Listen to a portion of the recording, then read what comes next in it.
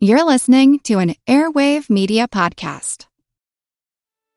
My name is Greg Jackson. I'm a PhD-holding historian, a professor, and the creator of History That Doesn't Suck, a podcast that makes legit, seriously researched American history come to life through entertaining stories.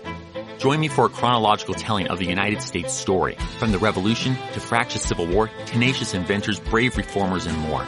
With more than 100 episodes, you can already binge listen your way from 1776 to the early 20th century.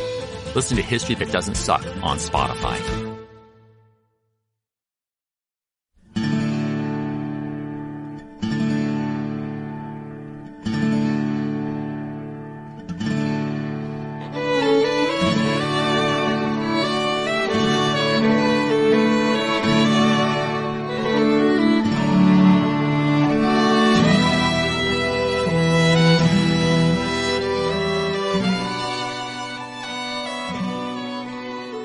Hey everyone, welcome to the 8th episode of our Civil War podcast. I'm Rich, and here with me is someone who is always the better half of each show. Her name is Tracy. Hello y'all, welcome to the podcast. Do you want to do the previously on the podcast bit? Sure. So previously on the podcast, we made a mistake. Well, that's right. Okay, so while listening to episode number 7, which sometimes I don't do for several days, I mean, obviously I edit each show and put the segments together in the correct order and add the music and whatnot, but sometimes it's several days after an episode's released before I'll listen to the whole show from start to finish, mostly because I find it excruciatingly uncomfortable to listen to myself. But anyway, yes, there was a mistake with episode number 7, when we said Louis Armistead was mortally wounded during Pickett's charge on July 5th, 1863 at Gettysburg. Pickett's charge, of course, was actually on July 3rd, and then July 5th was the day that Armistead died from his wounds. So, sorry about that. Has our research assistant been reprimanded? Yes. I said that I couldn't watch Duck Dynasty at all this weekend. You don't even watch Duck Dynasty. Well, just in case I got the urge to start watching it, I'm not allowed to. Do you think anyone is still listening at this point? Well, probably not, but let's pretend there's one person who hasn't been able to hit the stop button yet. Okay. So previously on the podcast, we finished talking about America's war with Mexico by following along with Winfield Scott and his army until they captured Mexico City in September 1847. And a fellow named Abraham Lincoln made his first appearance on the podcast. Now let's look at what happened after the United States victory against Mexico. When the news of the Americans' victory at Mexico City reached the previously skeptical Duke of Wellington, the Duke generously declared that Winfield Scott was, quote, the greatest living soldier, end quote. I wouldn't say beating Santa Anna was quite the equivalent of beating Napoleon. Well, I know. That's why I said he generously declared Scott was the greatest living soldier. But Wellington did have help beating Napoleon, while Winfield Scott did it all by himself. I mean, at Waterloo, if the Prussians hadn't shown up, then... Rich, the war with Mexico. Oh, right. Sorry. Anyway, it wasn't until February 2nd, 1848, that the Treaty of Guadalupe Hidalgo was signed just outside Mexico City. And with that one stroke of the pen, defeated Mexico was divested of half her land, a huge expanse of territory comprising present-day New Mexico, parts of Colorado, Idaho, and Wyoming, and all of Nevada, Utah, Arizona, and California. It was all eventually ceded to the United States. And that huge land grab must have warmed the cockles of President Polk's dark little... Rich. Expansionist heart. Rich. Oh, all right. So Rich keeps making references to President James Polk's ambitions with regard to expanding the territory controlled by the United States. But an argument can be made that he was just a product of his times, since we've already talked about America's idea of manifest destiny and how people thought it was almost the U.S.'s divine right to spread across the continent from sea to shining sea, and how the president was simply fulfilling that desire of the American people. Isn't that right, Rich? Well, maybe, but he Oh, no buts. As part of the treaty settlement, President Polk agreed to settle Mexico's long unpaid debts owed to American citizens, and then also to a purchase price of $15 million more for the territory ceded to the U.S. And then remember that Polk's earlier 1846 border agreement with Britain had already added Washington State, Oregon, and most of Idaho to America's territory. Well, before we move on, we should probably mention, just because it's an interesting historical tidbit, that as a measure of how sick and tired a lot of Mexicans were of the constant political turmoil in their country, a group of Mexican movers and shakers actually approached Winfield Scott before he left Mexico City, and they proposed that the victorious, handsome, imposing American general resign from the U.S. Army and declare himself ruler of Mexico for a term of 6 years. Well, it's said that General Scott was touched by their offer and perhaps a bit amused by it, but needless to say, he declined it. Both Generals Scott and Zachary Taylor came home from the war immensely popular. Scott would stay in the Army, and he will figure into our story again when we get closer to the start of the Civil War. And then, as we'll soon see, Zachary Taylor's popularity will propel him to a run for the presidency, and he'll win, replacing Polk in the White House.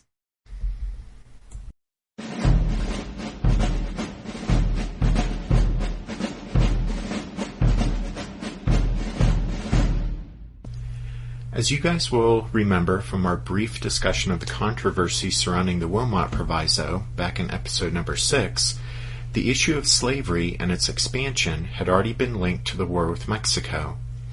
Well, the debate over the Wilmot Proviso wouldn't go away. In fact, it only intensified after the Treaty of Guadalupe Hidalgo was signed and ratified. Mexico had long ago outlawed slavery in its territory, but now that much of that territory belonged to the U.S., Southerners pressed for the expansion of slavery into the former Mexican lands, claiming it as their right, especially since the newly acquired territory had been won through victory in a war in which 2/3 of the volunteer soldiers had come from slave states. Well, naturally, Northerners opposed the South's demands. Instead, Northerners insisted on the terms of the Wilmot Proviso, that is, that slavery be banned in any territory gained from the war with Mexico. Not surprisingly, the controversy over the further expansion of slavery was a pivotal issue in the 1848 presidential election. Since President Polk had pledged to only serve a single term, the Democrats nominated Lewis Cass. He was a former territorial governor of Michigan and a member of Andrew Jackson's cabinet. Cass favored popular sovereignty, which was the idea that the people of a territory would vote on whether the territory would join the Union as a slave state or a free state, and then the federal government would be bound to respect the people's decision. But in a move that would have far-reaching consequences, disaffected anti-slavery Democrats helped form a new political party that emerged for the election of 1848, the Free Soil Party. Free Soilers supported the terms of the Wilmot Proviso, and their motto was free soil, free speech, free labor, and free men. They nominated former President Martin Van Buren. And then the Whigs. The Whigs, W-H-I-G-S, were a major American political party back in the olden days. That's correct. Thank you. The Whigs nominated the immensely popular Zachary Taylor as their candidate. Anti-slavery Northern Whigs were dismayed that Taylor was a slave owner, but they consoled themselves that at least Taylor had not taken any public position on the expansion of slavery into the new territories. Pro-slavery Southern Whigs, on the other hand, chose to believe Taylor was solidly their man, since he was not only a Southerner, but he was a slave owner with plantations in Louisiana and Mississippi. Despite their differences, the majority of Whigs closed ranks behind Taylor, since they viewed the split between the Democrats and the Free Soilers as a golden opportunity for the Whigs to win the election. And sure enough, the Free Soilers took enough votes away from the Democrats to give the presidency to the Whigs. And so old Zach managed to squeak out a relatively narrow victory, winning 163 electoral votes to Lewis Cass's 127. And just as a side note, James Knox Polk, the country's 11th president, would die, probably of cholera, in June 1849, just 3 months after leaving the White House. While in office, Polk was responsible for the acquisition of more territory than any other president in American history.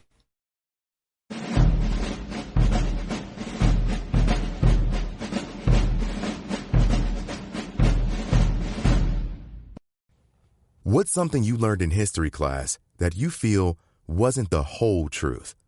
Better yet, what's something you didn't learn at all that was omitted completely? That's what I'd like to call redacted history.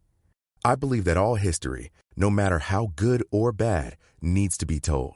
There are wars, massacres, battles, and entire historical events that are just not in our school's history books. Have you ever heard of Mary Bowser? I didn't think so. My name is Andre White, the host of the Redacted History Podcast, the place where history's forgotten events, heroes, and villains get their story told, one episode at a time. So come huddle around the campfire with me and get ready to hear the stories that you were robbed of. And get comfortable. We're going to be here a while. The Redacted History Podcast. Real history never dies. Stream the Redacted History Podcast on Apple Podcasts, Spotify, or wherever else you get your podcasts. History never says goodbye. It just says, see you later. Edward Galeano was right when he said that. Events keep happening over and over again in some form. And that's the reason I produced the podcast, My History Can Beat Up Your Politics. What is it? We take stories of history and apply them to the events of today to help you, perhaps, understand them better. We are also part of Airwave Media Network. I've been doing the program since 2006. That's a long time, and the show has a long name. My History Can Beat Up Your Politics. Find me wherever you get podcasts.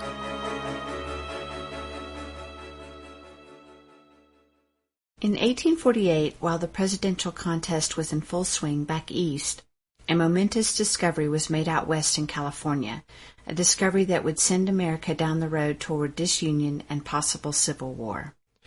Out in California in January 1848, workers constructing a sawmill near Sacramento for a man named John Sutter found gold nuggets in a riverbed. Word of the discovery quickly reached San Francisco, and gold fever started to spread. In August 1848, word of the discovery out in California reached the East Coast, and soon enough a rush of treasure seekers was heading west. Some 80,000 would-be prospectors reached California in 1849. Most of those 49ers found nothing but hard work, hard times, and frustration, but their numbers swelled the population of the region to such a degree that Congress was soon wrestling with the question of how to set up a proper territorial government in California and also one in New Mexico. The creation of territorial governments in the lands acquired from Mexico was a hot-button topic, since it was connected with the question of the expansion of slavery, and so the issue of what to do with California and New Mexico was fuel to the fire of the bitter sectional battle already raging in Congress. During the short congressional session that expired on March 4, 1849, fistfights between Northerners and Southerners broke out in both the House and Senate, and hot-headed members of Southern congressional delegations threatened secession. Undaunted by Southern threats, Northern congressmen in the House of Representatives once again endorsed the terms of the Wilmot Proviso. They also drafted a territorial bill for California that excluded slavery. For good measure, they passed a resolution calling for the banning of the slave trade in the District of Columbia, and then they even mulled over a bill to abolish slavery itself in the capital.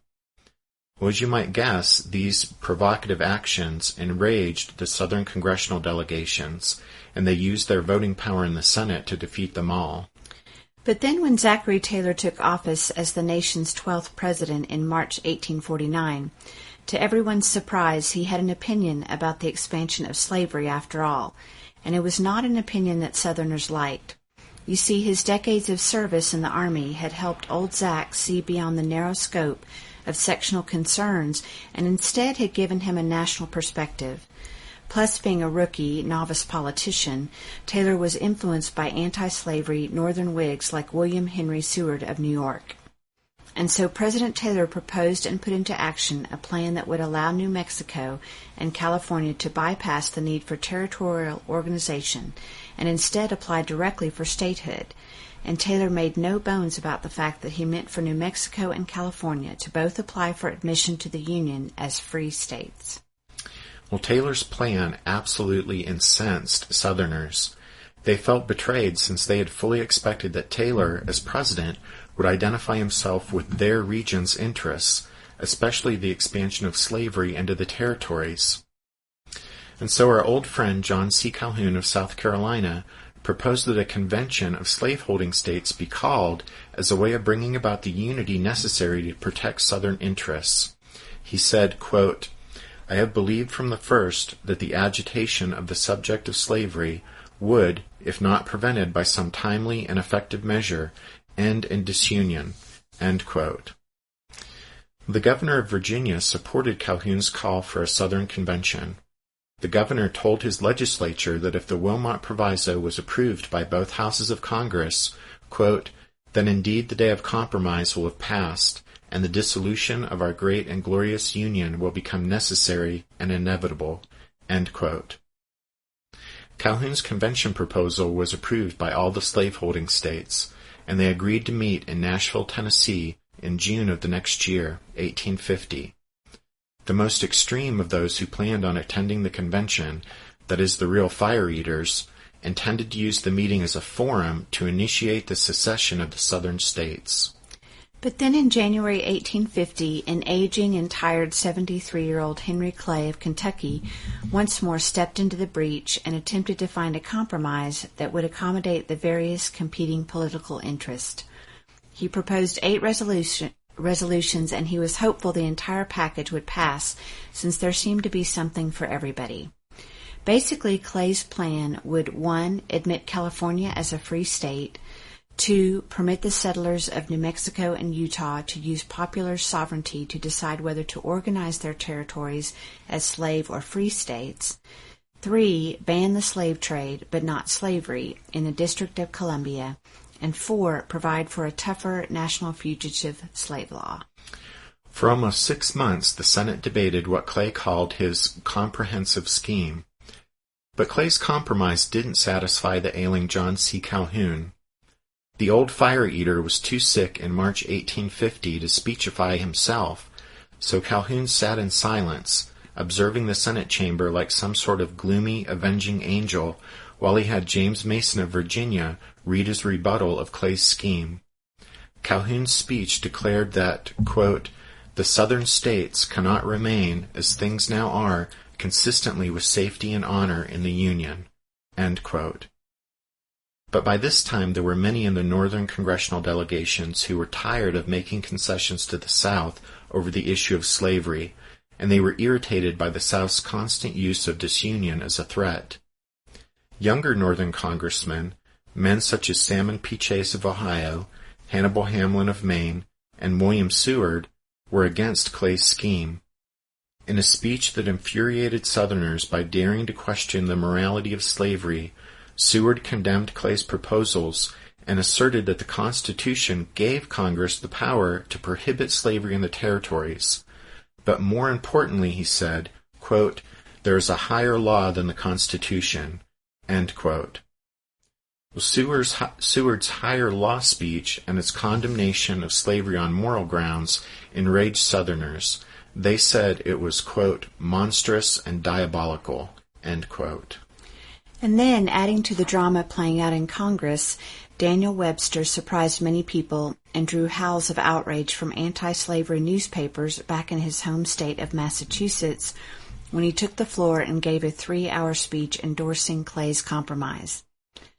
Webster said he rose, quote, "to speak today not as a Massachusetts man, nor as a Northern man, but an American man. I speak today for the preservation of the Union.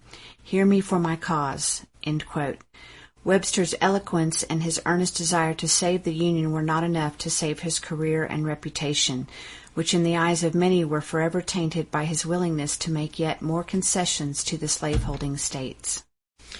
Despite strong opposition from important factions in both the North and South, Henry Clay never stopped trying to cobble together support for his resolutions. Anxious and upset that the country he loved appeared to be moving toward disunion and civil war, Clay pleaded for his colleagues in the Senate, quote, to pause, solemnly pause, at the edge of the precipice before the fearful and disastrous leap is taken into the yawning abyss below, which will inevitably lead to certain and irretrievable destruction.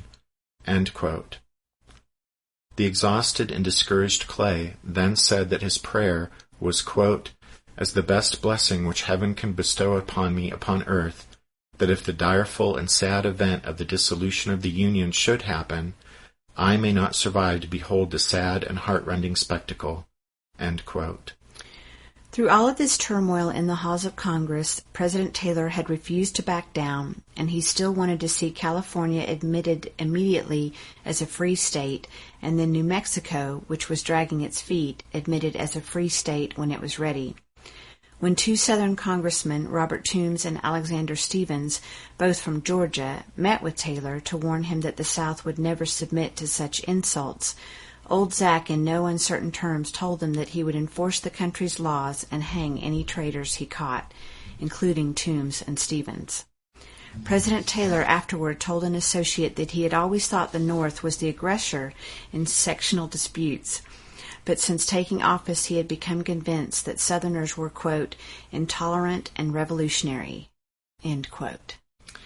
So, remember back in March we said John C. Calhoun was ailing? Well, he died that month, on March 31st, 1850. And then Henry Clay, after his compromise package was picked apart and then finally defeated that summer, he left the Senate, sick with tuberculosis. He would die in less than 2 years, in June 1852. And a dejected Daniel Webster returned to Massachusetts, where he was vilified for his support of Clay's compromise. He would die 4 months after Clay. So Calhoun was gone, Clay and Webster were done, and then on a scorching hot July 4th, 1850, President Taylor attended festivities at the unfinished Washington Monument. Taylor apparently gulped down vast amounts of cherries and iced milk, and then once he was back at the White House, gulped down several glasses of water. Well, somewhere along the line that day, probably from bacteria in either the milk or water he drank, the president apparently came down with a deadly case of cholera. Old Zack didn't last long. He died on the evening of July 9th. And at that point, with the United States still perched on the edge of that precipice of disunion that Clay had described, two new actors entered the spotlight, Millard Fillmore and Stephen Douglas. On July 10th, the day after Zachary Taylor's unexpected death, his vice president, Millard Fillmore, a New Yorker, was sworn into office as the 13th President of the United States. With regard to the battle that had been raging in Congress, Fillmore quickly let it be known that he supported compromise.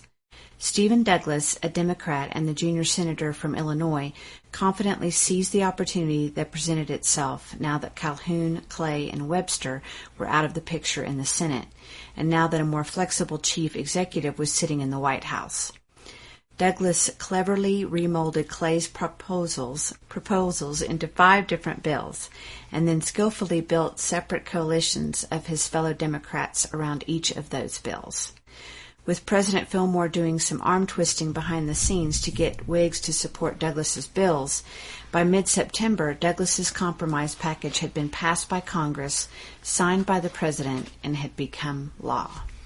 Stephen Douglas's set of bills, which Douglas freely admitted were essentially the same measures that Clay had proposed, became known as the Compromise of 1850, and their passage was greeted with sighs of relief and celebrated with much rejoicing, since most people believed the compromise had averted disunion and civil war. In Allen Guelzo's book Fateful Lightning, he writes, "What exactly did this great compromise of 1850 do? In general, it averted a showdown over who would control the new Western territories, and that was the chief reason people around the country celebrated the passage of the bills with bell ringing, and in Congress with a drunken spree. In specific terms, the Compromise of 1850 allowed the Missouri Compromise to stand for the old Louisiana Purchase territories, but it established the principle of popular sovereignty as the rule for organizing the Mexican cession. California, of course, was allowed to dodge both the compromises completely and enter the Union directly as a free state without passing through the debated stage of territorial government. The territory of Utah, which lay above the 3630 line, and New Mexico, which lay below it, would be allowed to make their own determinations about slavery or non-slavery as they saw fit. The compromise also added a new fugitive slave law to the federal code. After the deaths of Calhoun, Clay, and Webster, Douglas would emerge as one of the most powerful men in the Senate. End quote. But what of that convention of slaveholding states that John C. Calhoun had championed? The convention did meet in Nashville in June 1850, but remember that Calhoun had died back in March, and delegates from 6 slave states didn't even show up. So those who did attend the convention decided it would be best to adopt a wait-and-see attitude and reconvene after Congress had acted one way or another. And so after Douglas's compromise package was passed that fall, the Nashville Convention met again in November 1850. Again, only about half the delegates showed up, but they passed resolutions denouncing the compromise and affirming the right of secession. They also proposed another meeting at some time in the future of another Southern Rights Convention. But the radical fire eaters from South Carolina left Nashville bitterly disappointed. They were convinced that a marvelous opportunity for the South to break away from the Union had been missed, and so they vowed that next time, and they were sure that sooner or later there would be a next time, they wouldn't make the mistake of trying to build a consensus at another useless convention. No, next time, they decided, South Carolina would act alone and expect that their fellow slaveholding states would follow their lead. Well, those of you who have read ahead in the story know that it would take 10 years for there to be another next time. But when that next time did come in 1860, South Carolina didn't waste time on another convention. No, South Carolina did indeed take the lead in seceding from the Union, and one by one, their fellow southern slaveholding states did indeed follow their lead. And then in April 1861, the war came, and America, North and South, plunged into that yawning abyss of which Henry Clay had spoken.